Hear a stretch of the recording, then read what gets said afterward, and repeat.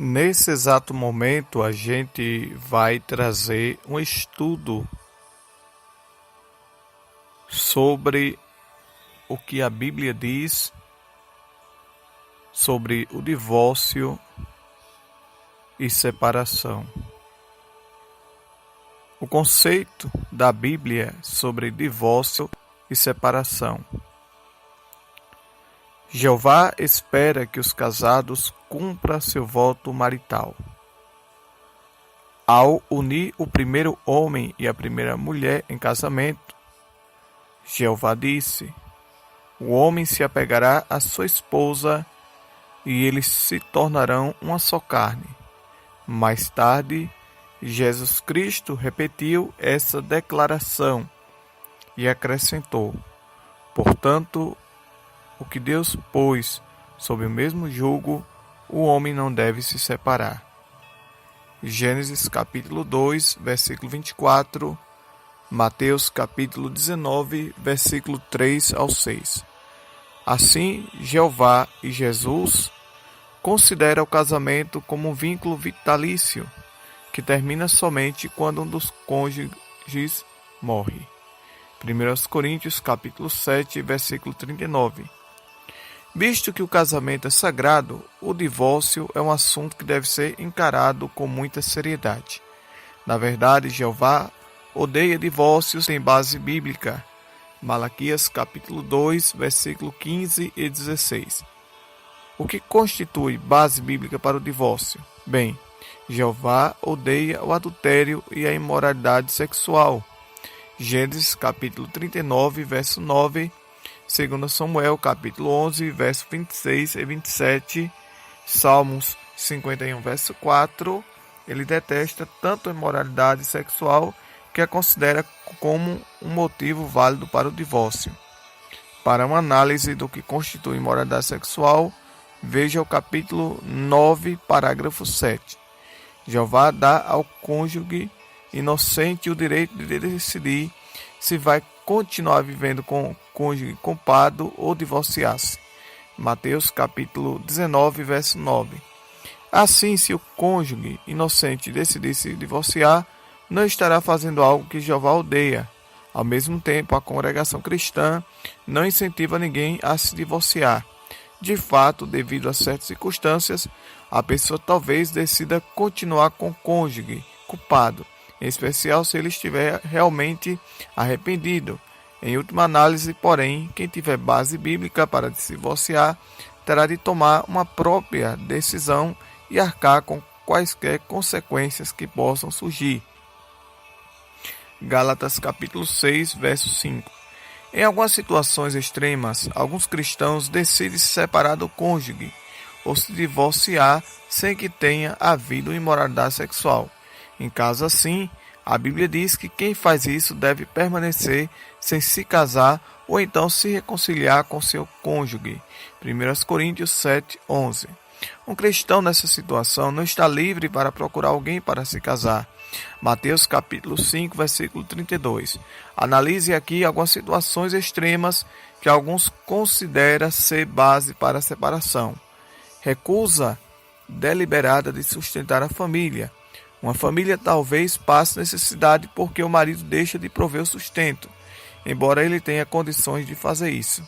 A Bíblia diz que se alguém não provê o necessário para os membros de sua família, renega a fé e é pior do que alguém sem fé. 1 Timóteo capítulo 5, versículo 8. Se o marido nessa situação se recusa a mudar de proceder, a esposa terá de decidir se ela precisa proteger seu bem-estar e a dos filhos por meio de uma separação legal. Naturalmente, os anciões devem analisar bem qualquer acusação feita contra um cristão de que ele se recusa a sustentar a família. Recusa-se a cuidar da família pode resultar em sua desassociação. Extremos maus tratos físicos. Um cônjuge agressivo pode ser tão violento que põe em risco a saúde ou até mesmo a vida do cônjuge inocente. Se o cônjuge agressivo é cristão, os anciãos da congregação devem verificar se as acusações têm base. Acessos de ira e comportamento violento são base para desassociação. Gálatas capítulo 5, versículo 19 ao 21. por totalmente em risco a espiritualidade da pessoa. Um cônjuge pode constantemente tentar tornar impossível que o cristão adore a Deus, talvez até mesmo tente obrigá-lo a violar de alguma forma os mandamentos de Deus. Em caso assim, o cônjuge inocente terá de decidir se a única maneira de obedecer a Deus como governante em vez de a homens é por obter uma separação legal. Atos 5:29.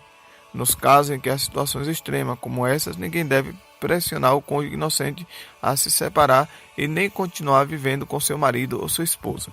Embora os anciãos e amigos espiritualmente maduros possam dar apoio e conselhos bíblicos, eles não têm como saber todos os detalhes sobre o que se passa entre o marido e a esposa. Apenas Jeová pode ver isso. É claro que uma esposa cristã, não estaria honrando a Deus nem a instituição do casamento se exagerasse a seriedade dos problemas domésticos só para ter uma desculpa para se separar do marido ou vice-versa. Jeová sabe quando alguém está tramando separar-se. Não importa quanto a pessoa tente esconder isso, de fato, todas as coisas estão nuas e abertamente expostas aos olhos daquele a quem temos de prestar contas. Hebreus capítulo 4, versículo 13. Mas se uma situação extremamente perigosa persistir, ninguém deve criticar o cristão que em último caso decide separar-se. No final das contas, todos nós compareceremos perante o tribunal de Deus. Romanos capítulo 14, versículo 10 ao 12. Que estudo bíblico, bastante interessante, falando sobre o divórcio, meus amados irmãos, e a separação. Lemos aqui uma tradução diferente da Bíblia, o qual relacionado muito das vezes a menção do nome de Jeová, mas eu quero explicar para os amados irmãos que o nome Jeová que aparece na Bíblia traduzido é Senhor. Deus é Senhor dos senhores, por isso que ele recebe o nome de Jeová, porque ele é Senhor, tá certo? Eu quero esclarecer isso aos irmãos, porque os amados podem até estranhar, porque o irmão está lendo uma tradução diferente da Bíblia. Justamente para isso, porque existem algumas Bíblias hoje, mais modernizada, atualizada no seu linguajar, que nos faz ter uma leitura mais compreensível e com mais fácil compreensão de se entender. Fica melhor de explicar aos amados irmãos alguns assuntos que estão sendo comentados na atualidade, tá certo? E na vida de um casal a gente não entra, porque, como eu sempre falo, se eu der uma palavra boa, eu sou aplaudido, porém se eu transmitir uma palavra errada, eu sou apedrejado. Então, na melhor das hipóteses, é correto eu ficar em cima do muro, somente orar e pedir para que Deus dê maturidade ao casal num momento como esse, que eu sei que não é fácil. Tá bom? Deus abençoe.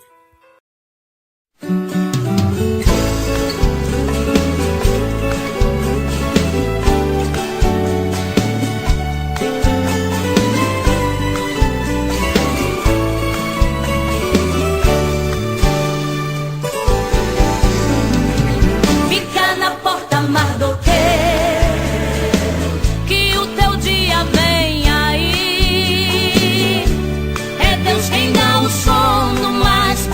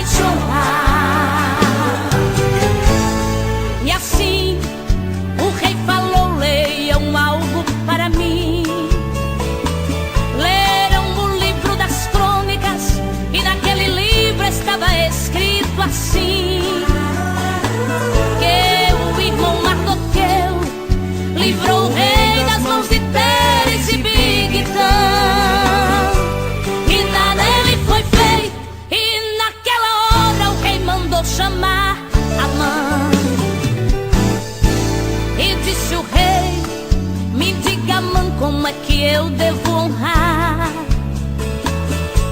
a um homem que aqui no meu reinado dele eu me agradar? E a soberba subiu direto ao seu coração e disse: Amã ao rei, agora meu senhor eu vou lhe dar uma sugestão. Mande selar o cavalo que é de costume o rei montar. Traga as vestes reais, ponha nele sua coroa, eu sei que ele vai gostar. Mande alguém gritar na cidade que este homem é do agrado seu. E o rei disse: muito bem, levante e faça assim com o meu servo Mardoqueu. Fica na porta, Mardoqueu, que o teu dia vem aí. É Deus quem dá o sono, mas por tua causa alguém não vai dormir. Fica na porta, Mardoqueu, que o teu dia vai chegar. Ainda gritaram teu nome pela rua, quando Deus quer detém o sol e para a lua, mas na terra vai chorar. Vão ter que aceitar que você venceu e que das suas obras Deus não se esqueceu.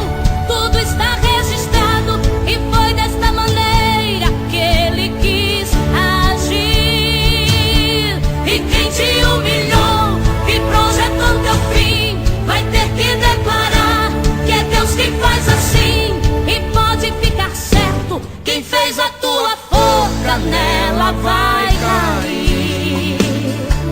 Vão ter que aceitar que você venceu e que das suas obras Deus não se esqueceu. Tudo está registrado e foi desta maneira que ele quis agir. E quem te humilhou e projetou teu fim vai ter que declarar que é Deus que faz assim.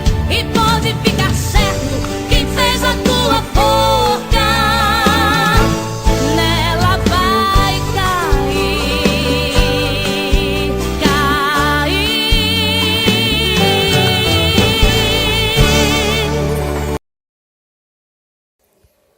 Muito bem, 2h26.